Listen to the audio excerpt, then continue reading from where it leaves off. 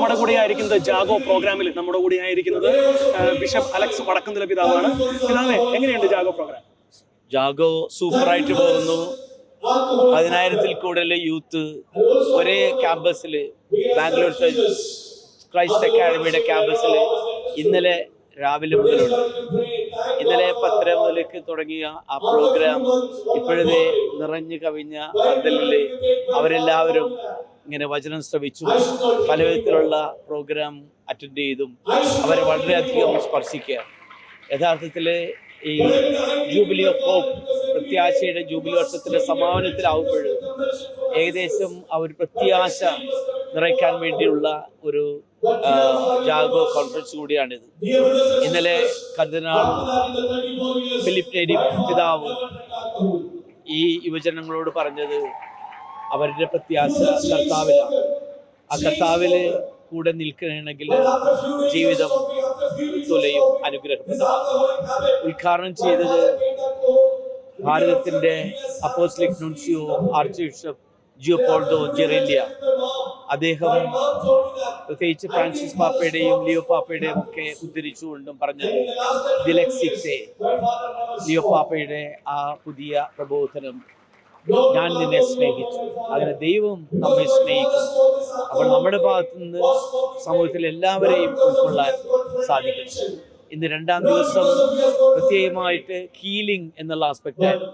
കാരണം നമ്മുടെ എല്ലാവരുടെയും ഉള്ളിൻ്റെ ഉള്ളിൽ ഒത്തിരി നൊമ്പരങ്ങളും വേദനകളും മുറിവുകളും മാറ്റി എടുക്കേണ്ട കുറേയധികം സങ്കടങ്ങളും സഹനങ്ങളും ഒക്കെ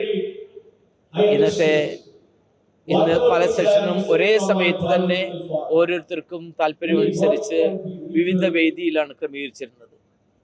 എനിക്കിഷ്ടപ്പെട്ട ഒരു ടോപ്പിക് ഉണ്ട്, ആ പ്രോഗ്രാമിൽ നോക്കാം, അതനുസരിച്ച് സെലക്ട് ചെയ്യാം.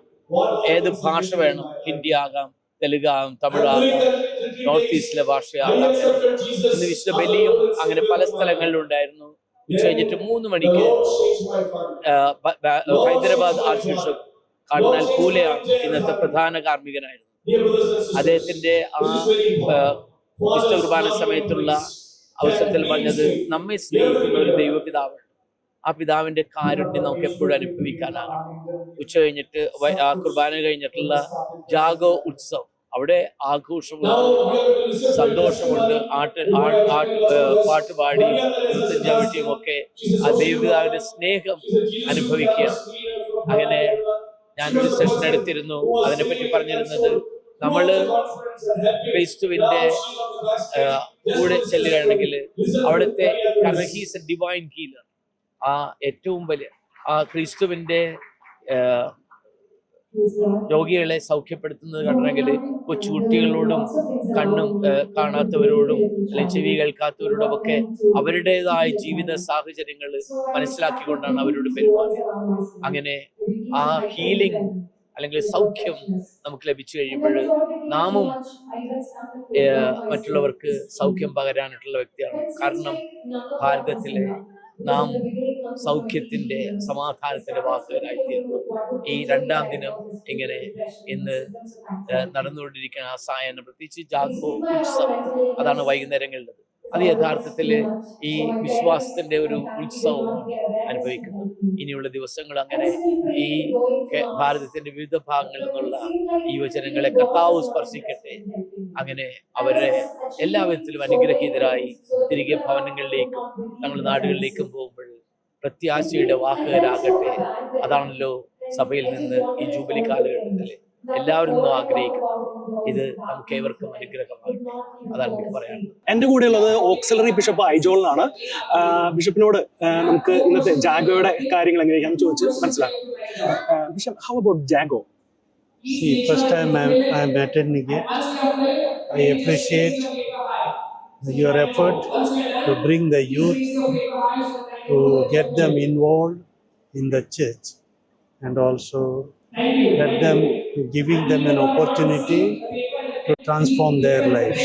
ഇപ്പോൾ നമ്മുടെ ഒപ്പം ഉള്ളത് ഡൽഹി ബിഷപ്പാണ് അൽക്കൂട്ടം. അപ്പോൾ ബിഷപ്പിന്റെ ജാഗോനെ കുറിച്ച് 1-2 വാക്കുകൾ സംസാരിക്കാൻ വേണ്ടിയിട്ടാണ്. Yes, your excellency, how about your experience of celebrating Jago with the youth? Oh, it's a wonderful experience. Last time also I was there 2 years ago, I think, and this time also I was longing to be here. It's something so wonderful to see thousands of youth. I think 12,000 this year who are here, and they are all enjoying this spiritual experience.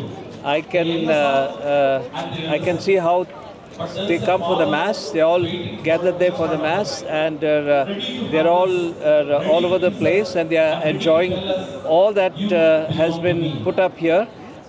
These beautiful exhibitions, different aspects of our Christian life and mission. Also the whole story of the Jesus Youth. Then very specially the pro-life stall.